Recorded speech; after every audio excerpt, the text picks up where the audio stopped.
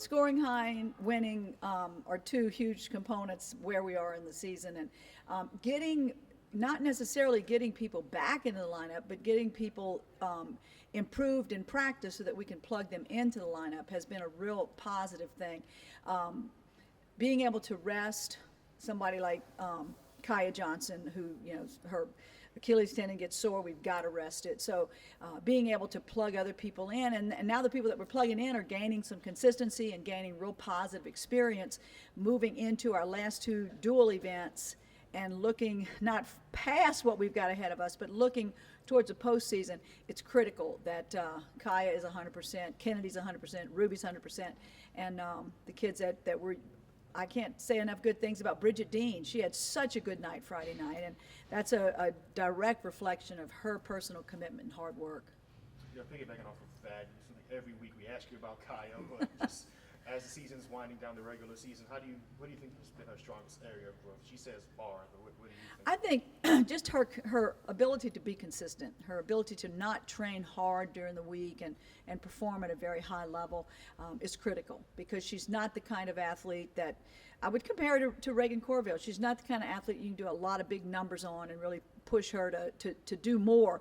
What she does, you have to want her to just do perfect. Every time she's out there, take advantage of every single, it may be a single turn, every opportunity you get, and she takes 100% advantage of that. Yeah, what about the entire freshman class? They've been thrown to the fire and the season started, and it seems like they've had some good consistency as a Well, whole. you know, you look at the freshman class, but, you know, Kaya has kind of led that group, but Kai Rivers has been a real standout for us when she's been in there. She wasn't even in the PMAC on Friday. She was so sick. So hopefully we can add her back in to the depth, and that'll really allow us to rest some people. But that whole freshman class, Alona Shinikova, she is getting better each week with every opportunity that we give her. We've added balance beam to what she's doing. She's going to start training a little bit harder on floor exercise. Her vaults are probably a couple of weeks away. It's beautiful in the air, but not trusting her landings yet. So she's really kind of on the curve where we thought she would be coming back from the injury that she walked in with.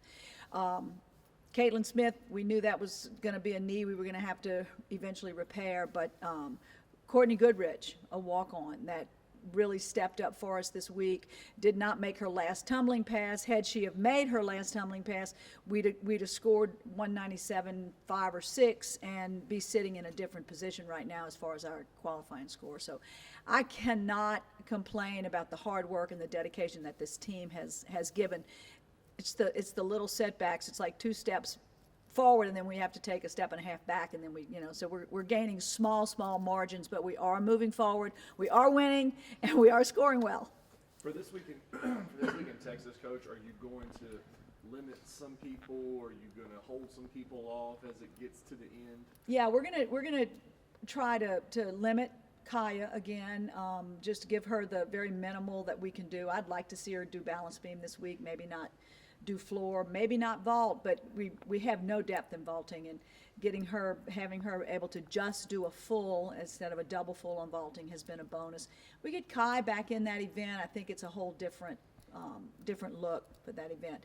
But yeah, we would like to be able to continue to rest people as long as Sammy Durrani feels well, and you know, she can give us the 3 events she's given us, and Ruby Harold has been golden, and having Kennedy Edney back in the all-around this past weekend was a huge step in the right direction. So I think time will tell. Maybe our inter squad on Thursday will give us our Wednesday inter squad, because we travel on Thursday, will give us a better look at what we're facing for the weekend, and then we want to be 100% or as close to 100% as we move to our final home meet and then focus on SECs. The backups or the lesser used people that are going to be competing in Texas, are they essentially competing for jobs, roles still at this point? They're competing to strengthen the lineup and to solidify their position, like the Courtney Goodriches that we're plugging in, and the Lexi Nibbs is going in as a very, very novice level vaulter, and she's replacing kids that have won national championships. So I mean, we're really making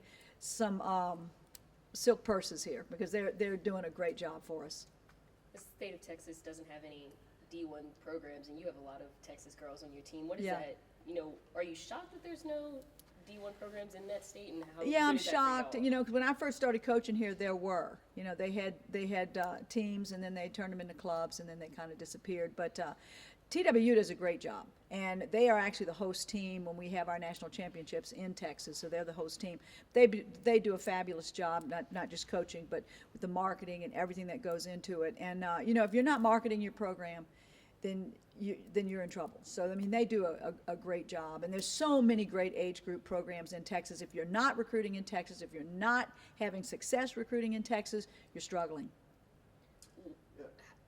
Kennedy was a national champion, as a freshman here Yeah. and everything, and then she's had some injuries and this, see, she won the all-around this past week. And Yeah. where is she now, as a junior, kind of being a leader on this team? Well, she's a senior now. Oh, she's a senior? Yeah, Okay. she Wow. won national championship her freshman year, and she won a national championship her junior year in vaulting. She has had little setbacks. You know, she tweaked her elbow. She's had a little sprained ankle here and there.